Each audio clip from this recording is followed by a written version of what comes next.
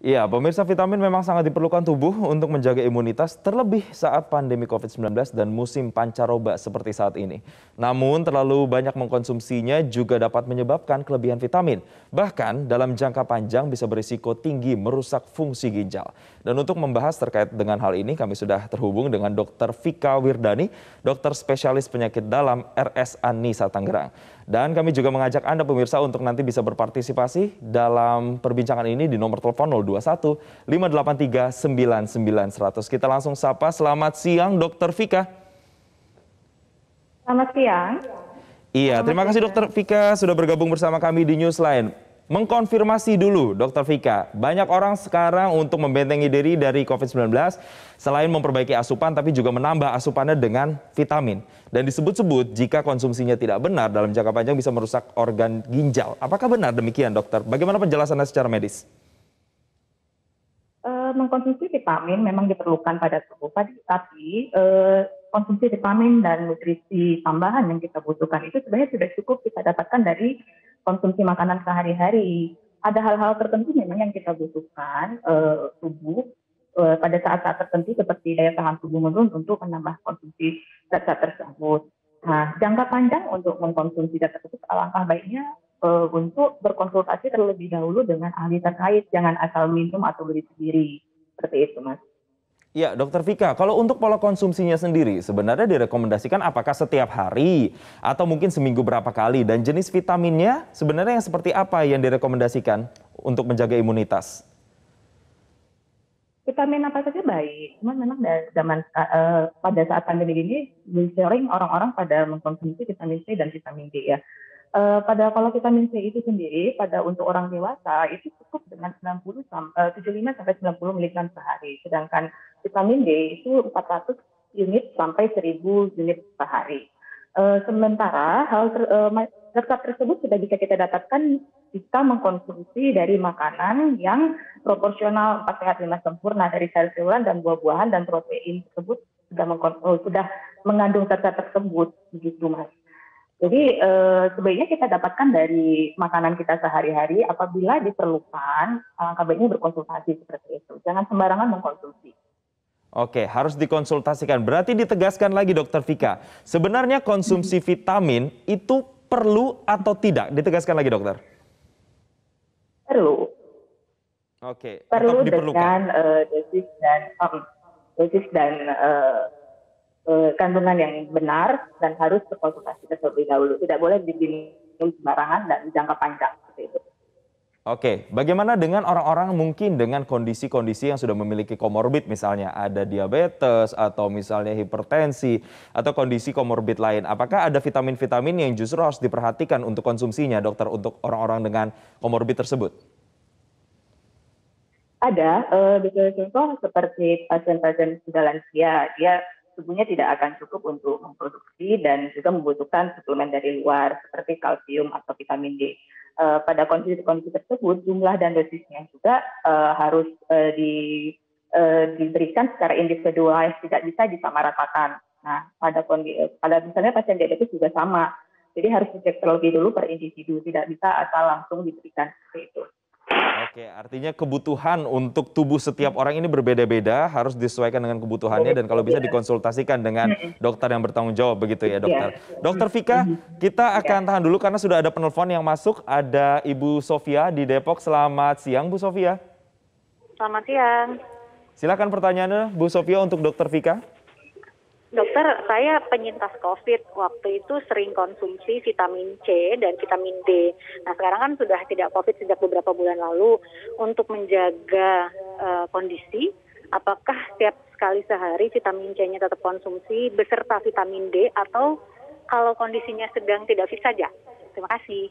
Baik, terima kasih Bu Sofia atas pertanyaannya. Bagaimana dokter, penyintas COVID, namun sekarang kondisinya sudah membaik, apakah masih tetap perlu konsumsi vitamin C dan D setiap hari, Dokter Vika? Kalau untuk penyintas COVID tidak perlu. Sebenarnya yang paling penting adalah 5M. Karena apapun itu sampai sekarang belum ada jurnal penelitian ilmiah yang menyatakan bahwa dengan kita mengkonsumsi rutin vitamin C atau D itu dapat mencegah dari COVID. Jadi tidak perlu dikonsumsi rutin. Kalau misalnya kita sudah bisa mendapatkan vitamin tersebut dari makanan, cukup dari makanan saja. Yang paling penting adalah 5M yang sudah sering kita lakukan ya. Oke, pola makan dan juga pola hidup 5M ini yang kemudian harus Iya, diterapkan untuk bisa 5M, menunjang menjaga imunitas tubuh jarak, yang baik cuci begitu ya. tangan, gitu ya. Baik, Dokter Vika, nanti kita akan membahas kalau tadi sudah disinggung soal apakah konsumsi vitamin ini akan berpengaruh pada ginjal, apakah pada hanya ginjal saja atau justru terhadap organ lain ini juga berpengaruh. Nah, pemirsa bagi Anda yang juga nanti ingin berpartisipasi, Anda bisa menghubungi nomor telepon di 021 583 99 100. Kami akan kembali usai jeda, tetaplah bersama kami. Kami di Newsline pemirsa dan kembali kita lanjutkan perbincangan bersama dengan Dokter Vika. Dokter, kalau tadi sudah dibahas efek dari jangka panjang mengkonsumsi vitamin yang tidak benar misalnya, ini bisa menimbulkan efek terhadap gangguan organ seperti ginjal. Apakah hanya ginjal saja atau justru bisa berpotensi merusak organ-organ yang lain juga ini, dokter? Kalau untuk masalah berefek gangguan pada ginjal, memang salah satu ginjal adalah salah satu fungsi ekspresi. Jadi kalau vitamin-vitamin tersebut dibuang melalui ginjal, memang ginjal adalah salah satu organ yang paling berat bekerja jika kita konsumsi vitamin secara berlebih. Memang akan terutama akan berefek pada ginjal. Pada organ lain tidak menutup kemungkinan, paling sering pada pembuluh darah. Cuma memang yang paling bekerja paling berat adalah di ginjal. Gitu. Oke, tapi dokter begini, misalnya kita ambil contoh kasus sudah ada seseorang yang mengkonsumsi vitamin bahkan sebelum pandemi dengan jangka waktu yang sudah cukup lama karena sudah menjadi bagian dari habitnya atau kebiasaan hidupnya. 2 atau 3 tahun dia konsumsi vitamin setiap hari. Adakah upaya yang bisa dilakukan supaya kemudian vitamin ini tidak menjadi racun atau tidak beresiko untuk tubuhnya atau organnya? Upaya-upaya yang dilakukan adalah sebenarnya harus mengevaluasi sendiri kebutuhan vitamin orang tersebut seperti apa dan apakah diperlukan mengkonsumsi terus-menerus. Karena saya sudah informasikan tadi bahwa konsumsi zat tersebut tergantung individu, masing-masing individu berbeda. Jadi kita harus evaluasi sekali lagi apakah orang tersebut memerlukan konsumsi itu. Nah, apabila memang tidak diperlukan atau sudah berlebih, nanti dievaluasi apakah organ-organ tersebut yang berpengaruh masih berfungsi dengan normal atau tidak. Nah, kalau memang misalnya masih berfungsi dengan normal, nanti dengan menghentikan konsumsi zat tersebut, organ akan kembali seperti biasa. Oke, banyak juga yang bilang begini dokter, untuk menjaga kesehatan ginjal sesimpel meminum air putih dalam jumlah yang cukup, itu juga bisa membantu menjaga kesehatan ginjal. Benarkah demikian dokter? Benar sekali, mengkonsumsi jumlah air putih yang cukup itu sangat berpengaruh terhadap fungsi ginjal sehari-hari. Kita bisa mengevaluasi dari warna urin kita sendiri kan. Oke, dokter, tapi begini, permasalahannya adalah organ ginjal ini kan di dalam. Seringkali mungkin ketika mengalami gangguan tidak langsung menimbulkan gejala. Jadi seringkali orang tidak menyadari kalau sebenarnya orang itu mengalami gangguan ginjal. Biasanya gejala-gejala apa yang bisa diamati atau dikenali ketika seorang mengalami gangguan ginjal ini, dokter? Untuk gangguan ginjal sendiri, gejalanya sangat bervariasi dan sangat banyak. Tapi yang paling sederhana adalah bisa dilihat dari karena fungsinya untuk mengeluarkan kencing, menghasilkan kencing, kita bisa lihat dari jumlah produksi kencing kita setiap hari. Kemudian ada gangguan yang lain seperti mual muntah, kemudian kaki bengkak, kemudian lemas, seperti itu. Paling sering adalah kita bisa melihat dari jumlah kencing kita. Apabila misalnya ada keluhan yang seperti ada menimbulkan demam atau yang lain, kita bisa mengeluhkan nyeri pinggang seperti itu. Oke, sebenarnya kalau kita lihat dari gejalanya berarti apa yang disampaikan dokter ini cukup umum begitu ya dokter ya, karena gejalanya hanya seperti muntah, demam begitu ya dokternya. Nah, untuk kita kembali lagi ke pola konsumsi vitamin, banyak orang yang akhirnya berpikir bahwa vitamin C dan vitamin D menjadi satu-satunya jalan keluar agar imunitas tubuhnya ini tetap terjaga. Pola konsumsinya dokter boleh ditekankan sekali lagi, harus berapa butir misalnya satu hari dan harus seperti apa polanya? Apakah harus sesudah makan misalnya? Kalau untuk vitamin C, sepanjang masih bisa kita penuhi dari makanan sehari-hari atau dari buah-buahan, cukup disebutkan itu. Kadar yang per hari kita butuhkan adalah kalau untuk orang dewasa 75-90 mg per hari.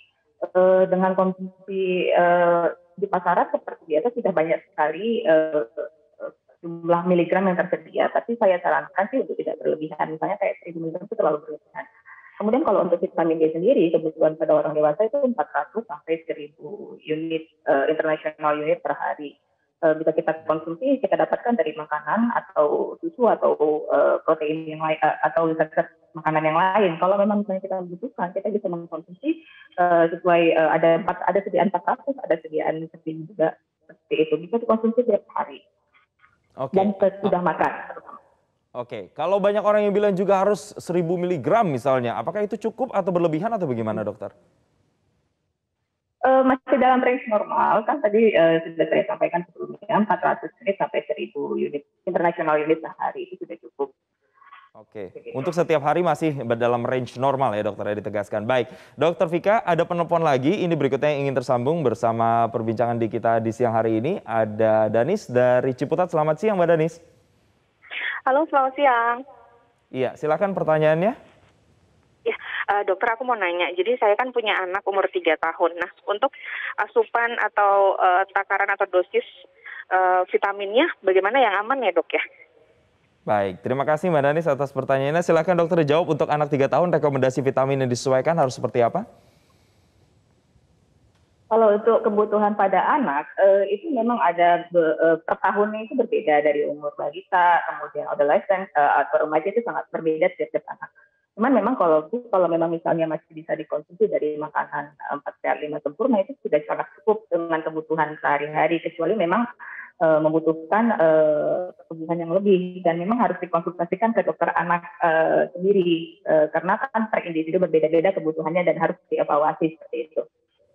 Baik, dokter, ini karena menyinggung soal usia begitu ya. Tadi kalau sudah anak-anak, nah bagaimana dengan orang misalnya yang sudah lansia? Apakah orang lansia ini butuh asupan vitamin yang lebih misalnya dibandingkan dengan orang-orang usia produktif atau seperti apa?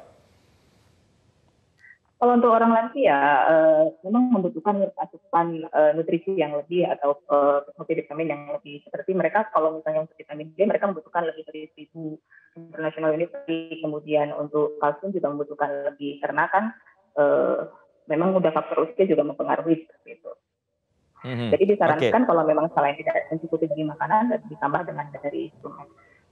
Iya. Yang menarik juga dokter Vika tadi menyinggung soal bahwasanya seseorang itu bisa mendapatkan sumber vitamin tidak hanya dari vitamin-vitamin yang sudah dikemas begitu dokter atau sudah yang diproduksi secara kimia, tapi ada juga yang bisa didapatkan secara alami dari bahan-bahan makanan. Nah biasanya makanan-makanan apa saja itu dokter yang direkomendasikan?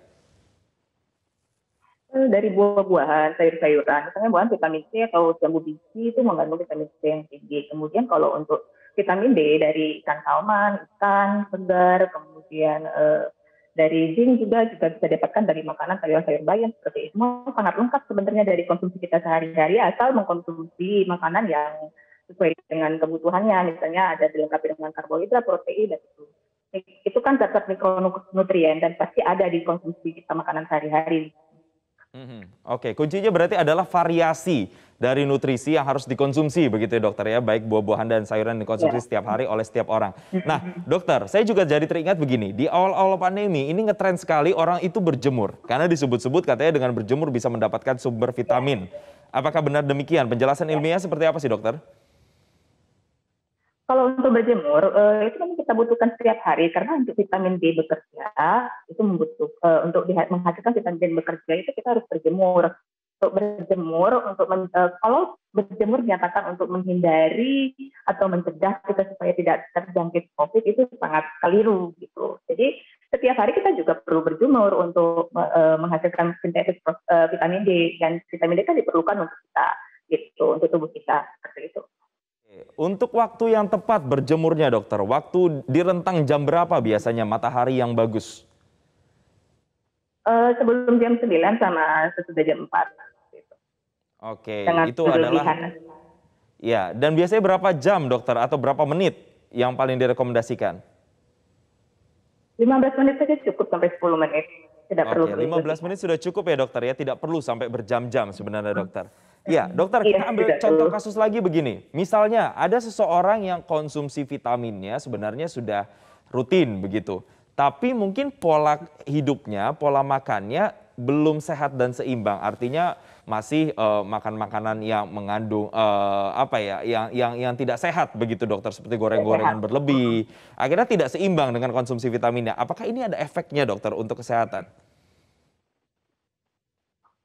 Efek atau tidak, sebenarnya harus dievaluasi lagi, kenapa orang ini mengkonsumsi secara terus-menerus, kenapa pola hidupnya tidak diperbaiki. Cuman memang tidak bisa disamaratakan seperti itu. Jadi kalau memang jenis vitamin yang dikonsumsi atau jenis zat apa yang suplemen apa yang dikonsumsi juga kita harus lihat dulu. Jadi tidak bisa asal, oh ini kalau konsumsi ini berlebihan jadi seperti ini. Tidak. Karena kebutuhannya juga berbeda-beda. Jadi harus Oke, dilihat lagi, Mas.